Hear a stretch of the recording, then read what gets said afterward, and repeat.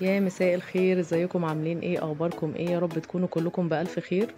فيديو النهاردة عن فندق بالما دي شرم هوليود. وجزء منه مدينة الديناصورات او حديقة الديناصورات. ناس كتيرة جدا جدا بتسأل هي ايه نظام المدينة دي وازاي بندخلها، وهل هي من نظام من جزء من الرحلة ولا لأ. هي جزء من برنامج الرحلة. وزي ما انتم شايفين كده هي بيبقى فيها حيوانات متحركة.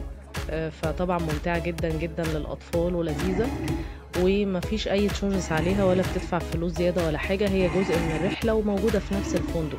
لو من حيث الموقع هي موجودة في نفس الفندق. فإن شاء الله تكون رحلة ممتعة جدا جدا، وأكتر طبعا فئة بتتبسط بيها جدا هي الأطفال. زي ما انتم شايفين كده فيها الدب القطبي وفيها تماسيح وفيها الغوريلا اللي شفناها من شوية دي. وبعدين هنروح دلوقتي بقى على الديناصورات، هتستمتعوا جدا.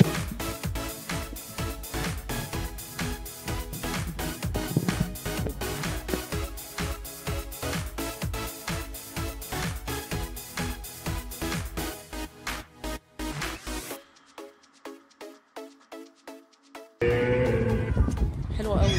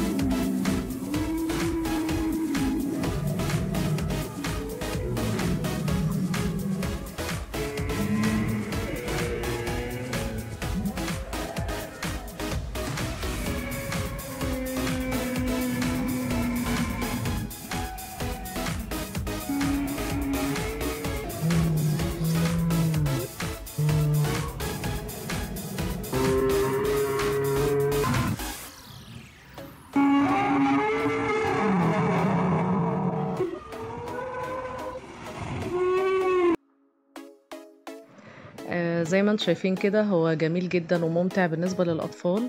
وعايزة أقول لكم كمان عن الفندق تحفة بجد يا جماعة. الصور هناك خطيرة وخيالية بجد. تاخدوا شوية صور حلوة قوي قوي هناك. فمن الصغير للكبير بجد هيتبسط قوي هناك. هما بس مفيش اكوا بارك.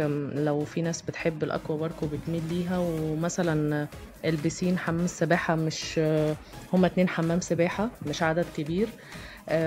ولكن كفندق من حيث النظافة وكده هو جميل جدا. من حيث الأكل هو فوق المتوسط، مش هنقول إن هو أحسن حاجة، بس هو برضو يعني كويس. وجبة العشاء مثلا كانت جميلة جدا، وجبة الفطار كانت جميلة وممتازة.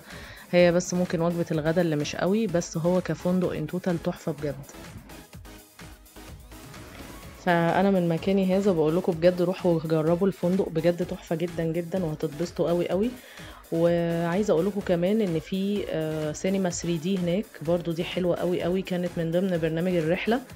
الفيديو بجد مبين كل حاجة حلوة في الفندق. فان شاء الله كده تدعموا الفيديو وتعملوا لايك، ولو انتوا اول مرة تشوفوا القناة اعملوا سبسكرايب. واشوفكم بإذن الله على خير في فيديو جديد.